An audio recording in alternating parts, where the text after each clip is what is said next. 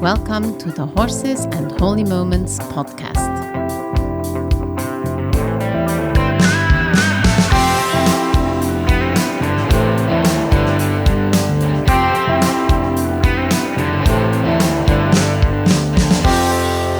Hello, Ingela. Hey, Corrie. Our last episode, we talked about training versus building a relationship with our horses. So this time it's such a big subject. We want to keep going with that same theme. And I would just love for you to talk about how you give a horse a choice in choosing us as the lead. Right. So last time we ended with offering ourselves as the lead to the horse and being very present, right? Right. We need to be right in the moment with the horse and not put any pressure on the horse, any demands. The first step is just to be with the horse. They love to be with us. They are way more interested in just being with us than going to do stuff. Okay? Yeah. Yeah. So how do we actually give the horse a free choice to choose us as the lead? Well, this doesn't start on the lead rope, because the moment you put a halter and a lead rope on a horse, he already doesn't have a choice. That's true. You know, what is the choice? Right. Sure, he could dance around a little bit or maybe not be super motivated, but we have him. Right. And he knows that. Exactly. It's really similar that if you turn a horse loose and you do something with him at liberty, but you put pressure toward the hindquarters until the horse looks at you or puts an ear on or an eye on you, and then you take that pressure away. How much choice does he have? Not much. No.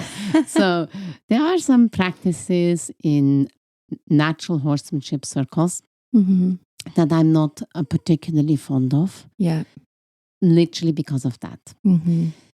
Like, let's say we put a horse into a round pen and we put pressure toward his hindquarters to cause him to move. Mm-hmm.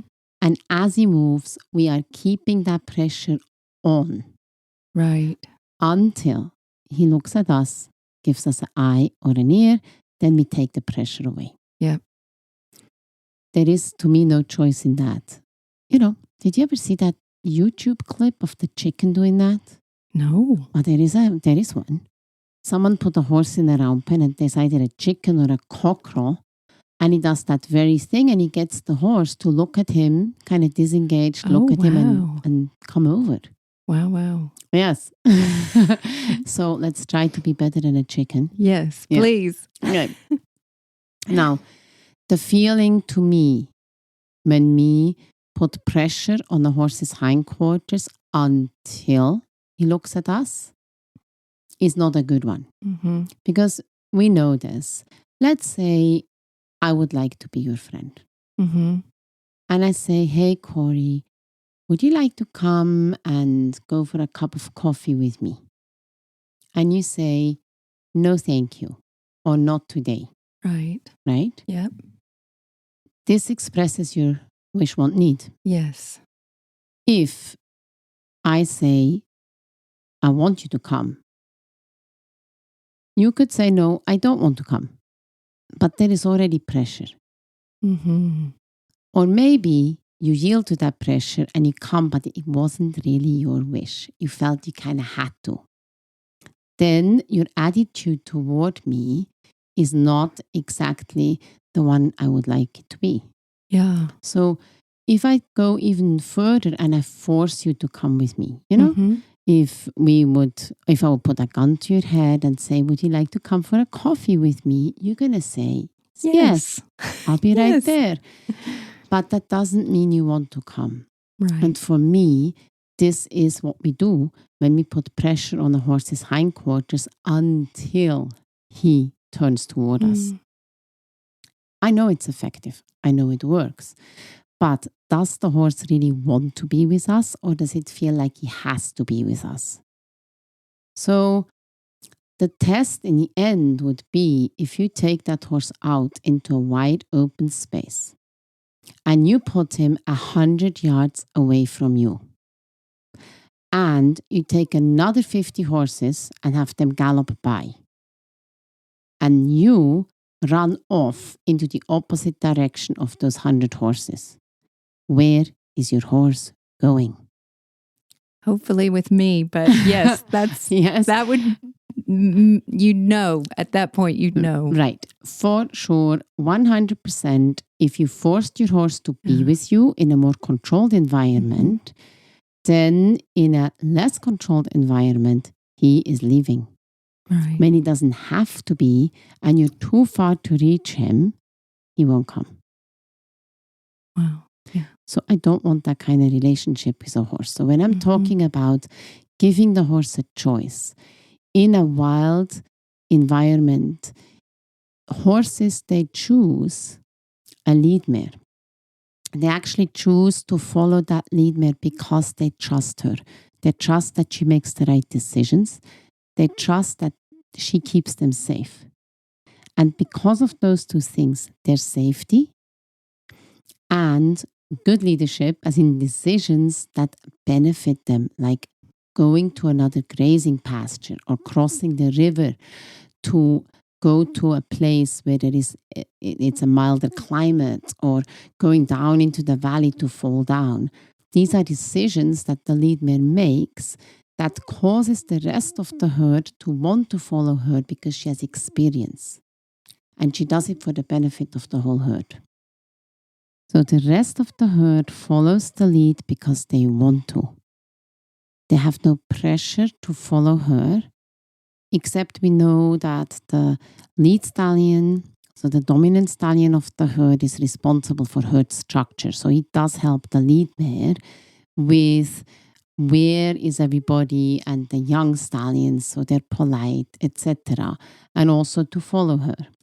But what I would like is that the horse chooses me as his lead, that he knows he's safe with me, that he knows I have great decisions for him, things that benefit him, things that are better for him than he could do by himself. I would like my horse to choose me freely. For this, I cannot put him in a round pen and put pressure on him until he comes to me.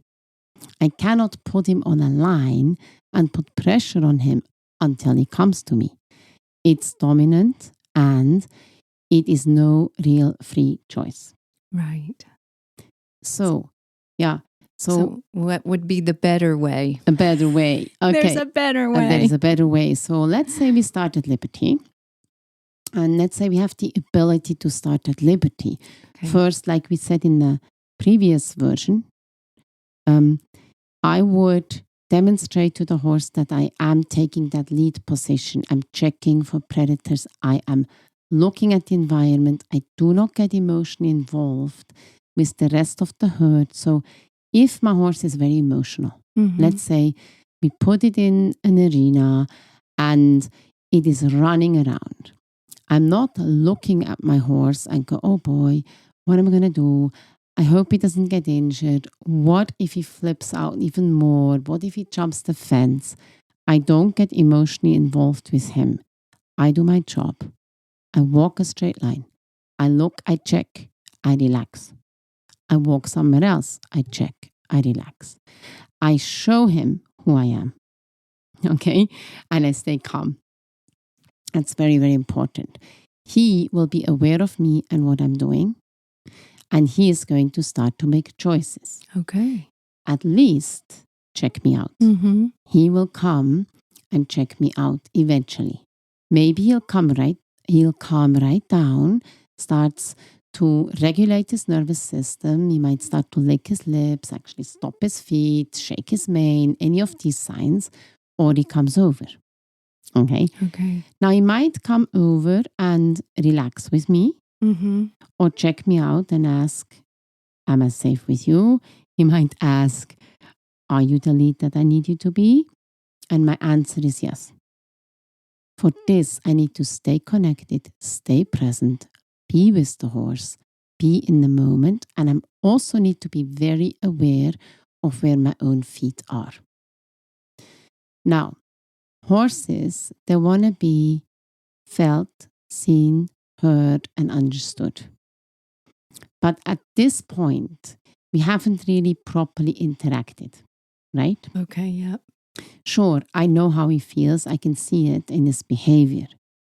But one of the first things I like to do is just get the horse's attention.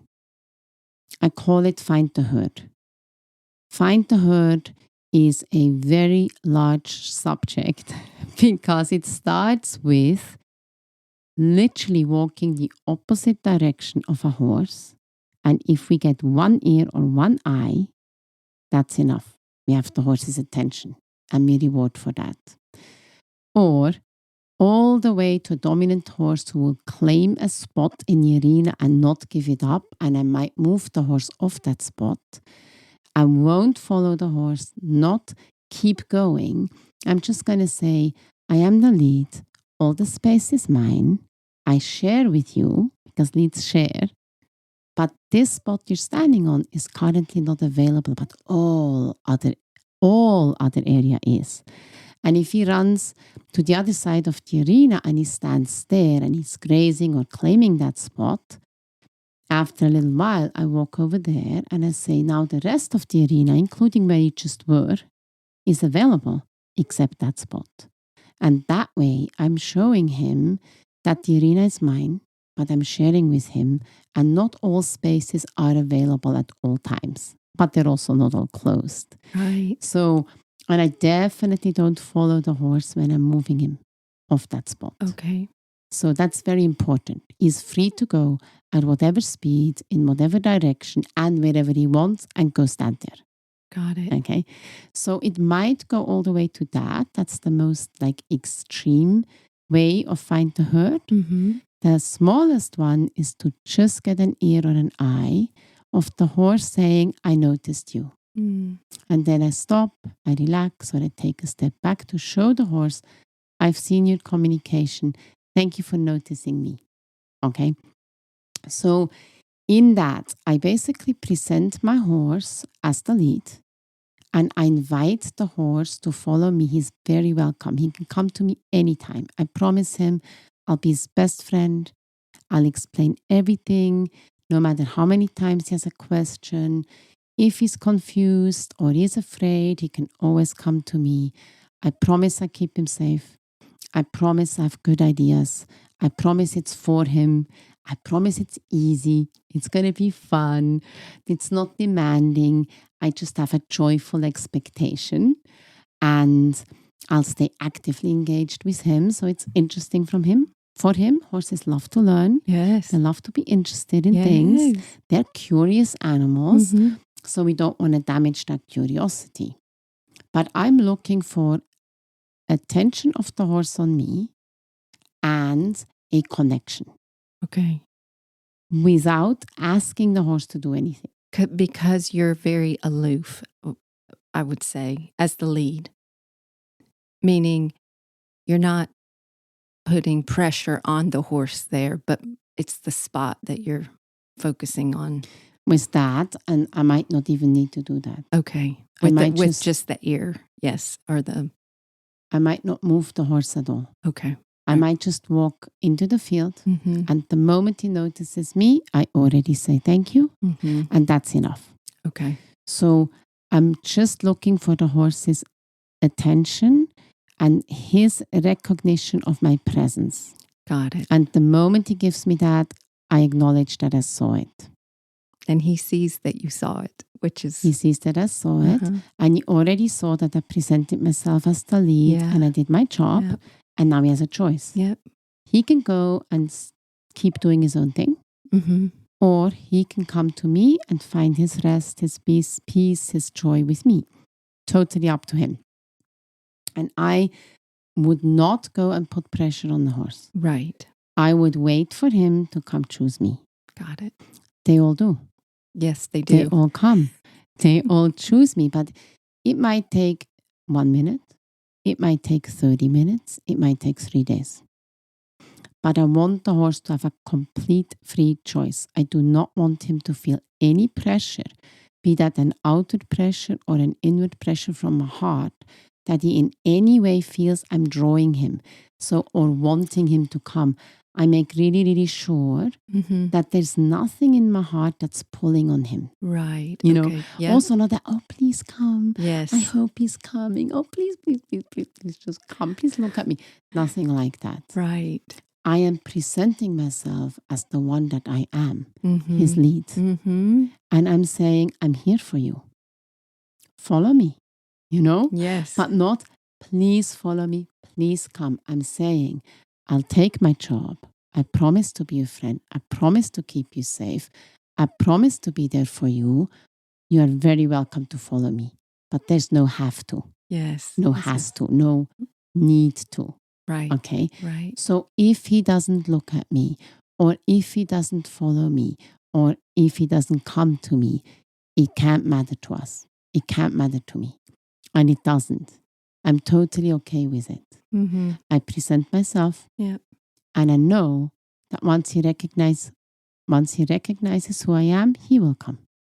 Right? Yes. So I'm quite confident that he will come, but I'm not pulling on him. And while he's not coming, I'm 100% okay with that. So in a way, when you're doing this, you have to not care. Yeah. Which can be hard for us. Yeah, this is what you're calling them to come. Yeah, this is what you're calling aloof, right? Yes. So it's not a matter of not caring. Right. It is just that they don't beg each other. They're not hoping that that's happening. A lead would never do that.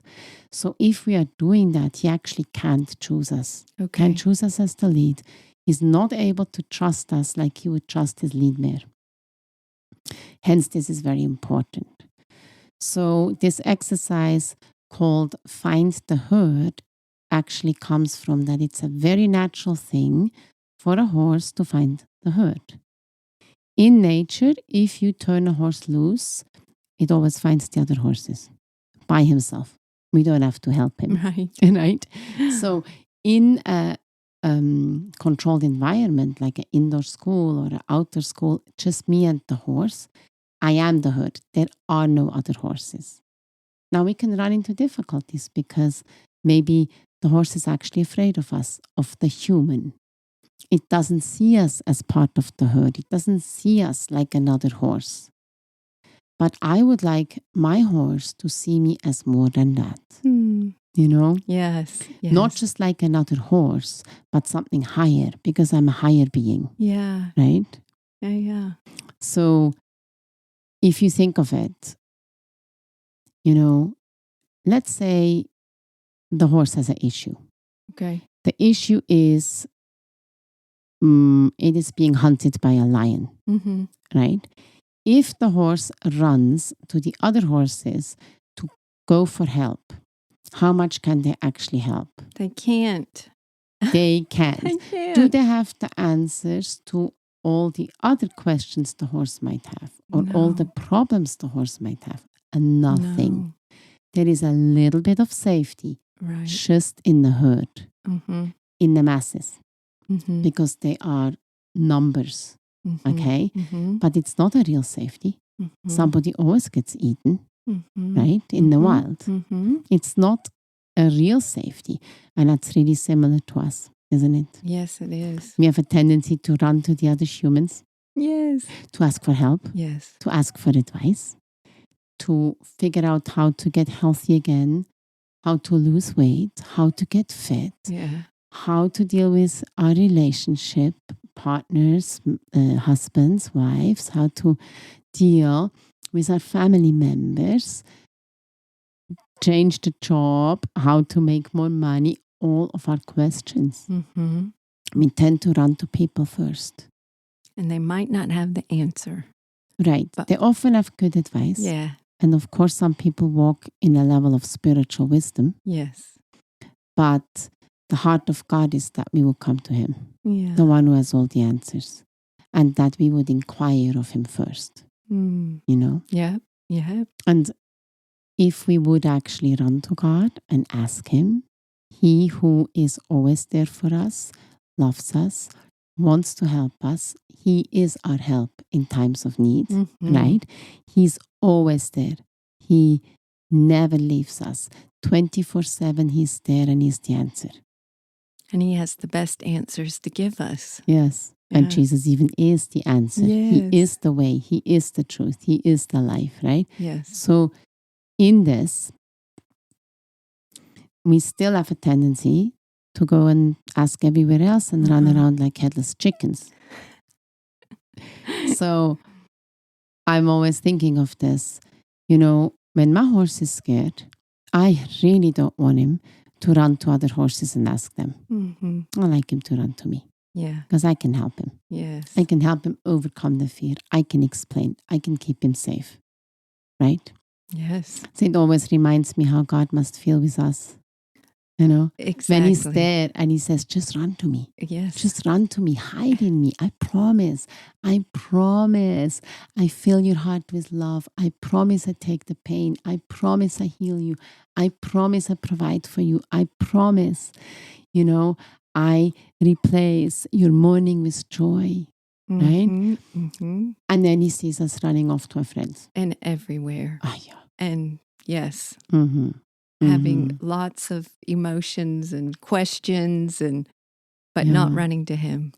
So that's really my prayer, not only for everybody listening, but also for myself and for you, Corrie, right? Yes. That we would run to the Lord first. Yes. That we would inquire of God first for everything. Mm-hmm. Every problem we have, every situation we deal with, but also exciting things that he has for us, you know? Yeah. Mm-hmm. Yes. So it's just a good picture. It's what I think about that I would like my horse to be and do. I'd like him to run to me. That's awesome. I love it. And hence, the Find the Herd is a way where I present myself as the horse's lead. Mm-hmm. I give him the choice. Mm-hmm. I would love for him to choose me, but I'm not forcing him. Because God doesn't force us to be with him. He never forces us to spend time with him, to run to him, to come to him. He's just there. And it's what he would like. He wants our hearts. Yeah? Yep.